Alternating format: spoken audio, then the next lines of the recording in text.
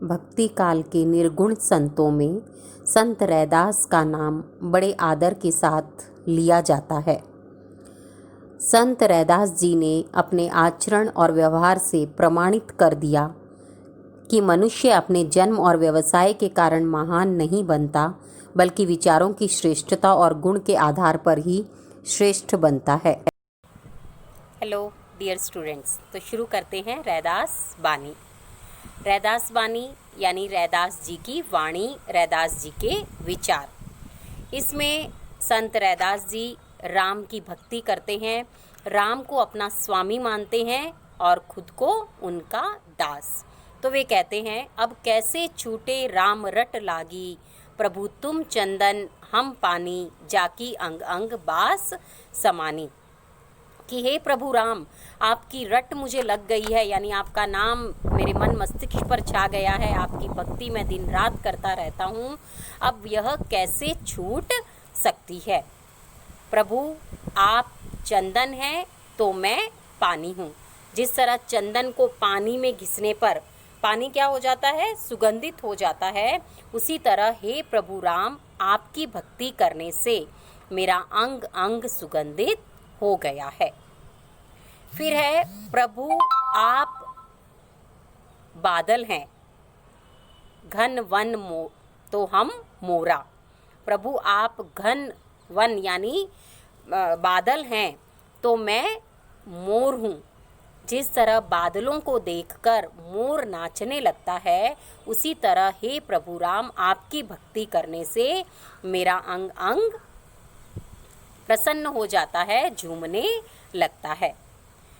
जैसे चितवत चांद चकोरा, जिस तरह चकोर पक्षी का मन सिर्फ चांद में ही लगा रहता है, हे प्रभु राम, मेरा मन भी सिर्फ आप में लगा रहता है।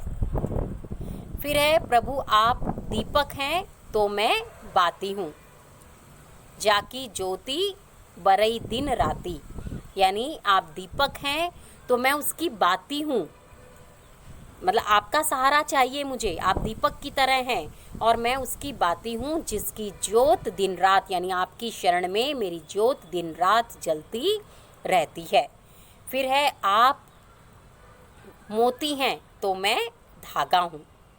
धागा तो एकदम कोरा है, उसमें कोई आकर्षण नहीं है, पर जब उसमें मोती, सुंदर मोती पिरोए जाते हैं तो वह सुंदर माला बनती है।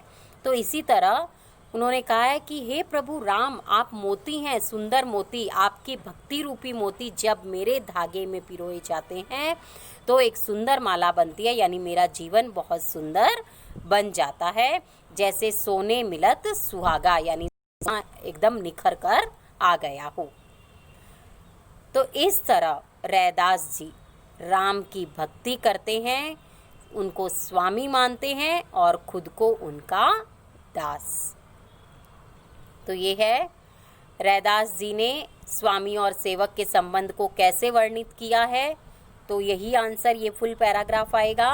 और अगर ससंदर्भ स्पष्टीकरण भी इसमें एक ही है, वो यही है, अब कैसे छूटे राम रट लागी, प्रभु तुम चंदन हम पानी, जाकी अंग अंग बास समानी। तो इसमें भी ये फुल पैराग्राफ का भावार्थ लिखना है, पर उसमें पहले संदर्भ में क्या लिखोगे कि प्रस्तुत वाक्य, प्रस्तुत पद्य रैदास बानी से लिया गया है। इसमें संत रैदास जी ने स्वामी और सेवक के संबंध को वर्णित किया है, खुद को दास माना है और उनको प्रभु को स्वामी माना है खुद का। अब है नेक्स्ट पैराग्राफ, और फिर उसमें लास्ट में लिखना है विशेषण। तो विशेषण यानी संत रैदास जी ने यह बता दिया कि कोई भी व्यक्ति जन्म और व्यवसाय से कोई बड़ा नहीं बनता है, वह अपनी योग्यता से बड़ा बनता है। उन्होंने यह साबित कर दिया। फिर है नेक्स्ट पैराग्राफ, रैदास श्रम करी खाई ही, जो लो पार बसाए। रैदास जी कहते हैं, हमेशा परिश्रम से खाना चाहिए, परिश्रम की कमाई कभी भी व्यर्थ नहीं जाती है। परिश्रम से कमाया हुआ धन हमें हमेशा काम आता है और इस संसार सागर से पार करवा सकता है, यानी इस संसार हमारे जीवन को सफल बना सकता है। और नेक कमाई जऊ करई कबहू न नियफल जाई, जो भी नेक कमाई करता है यानी नेक काम करके जो पैसा कमाता है वह कभी भी व्यर्थ नहीं जाता, यानी वो हमेशा अच्छे कार्यों के लिए ही काम आता है। फिर है ऐसा चाहूँ राज में जहाँ मिले सबन को अन्न। रैदास जी कहते हैं मैं ऐसे राज्य की कामना करता हूँ जहाँ सबको अन्न मिले, कोई भी भूखा न रहे।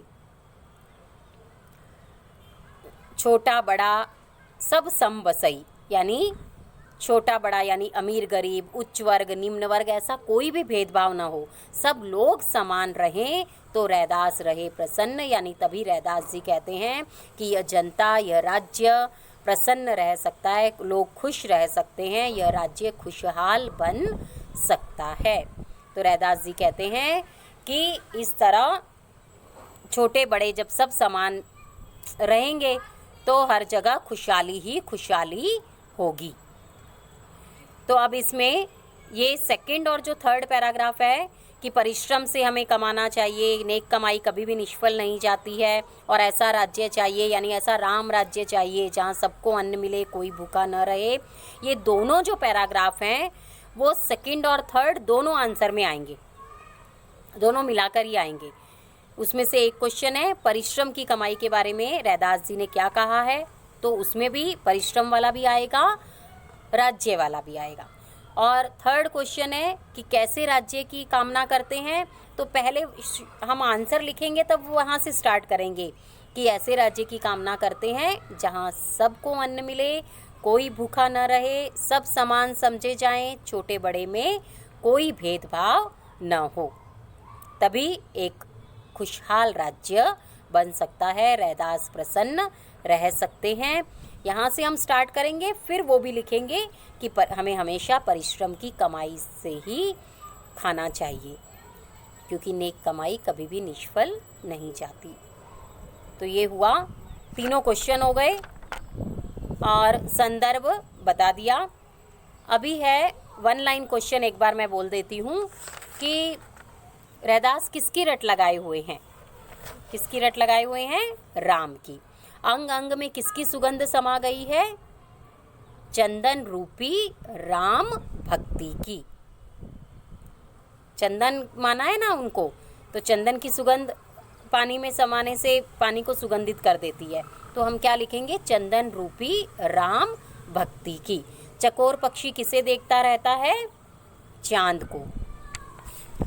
रैदास अपने आप को किसका सेवक मानते हैं, प्रभु राम का। फिर है रैदास किस प्रकार जीवन का निर्वाह करने को कहते हैं, किस प्रकार कहते हैं, परिश्रम की कमाई से। और क्या कभी भी निष्फल नहीं जाता, नेक कमाई।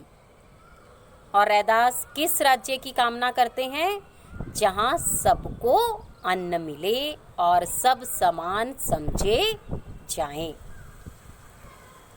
तो ये हुए वन लाइन क्वेश्चन। फिर हैं 3 क्वेश्चन हैं बड़े कि रैदास ने भगवान और भक्त के संबंध को कैसे वर्णित किया है, तो उसमें वो पूरा लिखना है, चंदन पानी, मोती धागा, दीपक बाती, मोर, बादल, चांद, चकोर। परिश्रम के महत्व के प्रति रैदास के क्या विचार हैं और रैदास ने किस प्रकार के राज्य का वर्णन किया है। तो ये दोनों मैंने बताए, दोनों क्वेश्चन अलग अलग हैं, पर अगर हमें परिश्रम के महत्व वाला क्वेश्चन लिखना है तो पहले हम परिश्रम वाले पैराग्राफ का लिखेंगे कि रैदास जी परिश्रम करने को कहते हैं क्योंकि परिश्रम से कमाया हुआ धन ही हमें इस संसार सागर से पार करवा सकता है और नेक कमाई कभी भी व्यर्थ नहीं जाती। फिर इसी के साथ लिखना है, ऐसा राज्य चाहिए जहाँ सबको अन्न मिले, वो वाला पैराग्राफ पूरा। फिर थर्ड वाला, रैदास ने किस प्रकार के राज्य का वर्णन किया है, तो फिर इसमें भी वही, पर स्टार्ट कहाँ से करेंगे, ऐसा राज्य चाहिए जहाँ सबको अन्न मिले, वहाँ से स्टार्ट करके फिर परिश्रम वाला भी पैराग्राफ लिखना है इसमें। क्लियर हुआ होगा। अब है ससंदर्भ भाव स्पष्ट कीजिए, एक ही है और इम्पोर्टेंट है। तो अब कैसे छूटे राम रट लागी, प्रभु जी तुम चंदन हम पानी, जाकी अंगंग बास समानी। तो वही पहले बता दिया मैंने इसमें कि पहले संदर्भ लिखोगे, फिर स्पष्टीकरण और लास्ट में लिखोगे, स्पष्टीकरण नहीं, अब ये कविता है इसीलिए भावार्थ लिखोगे। हम लेसन पार्ट में स्पष्टीकरण लिखते हैं सेकंड पॉइंट, इसमें क्या लिखेंगे, भावार्थ, और लास्ट में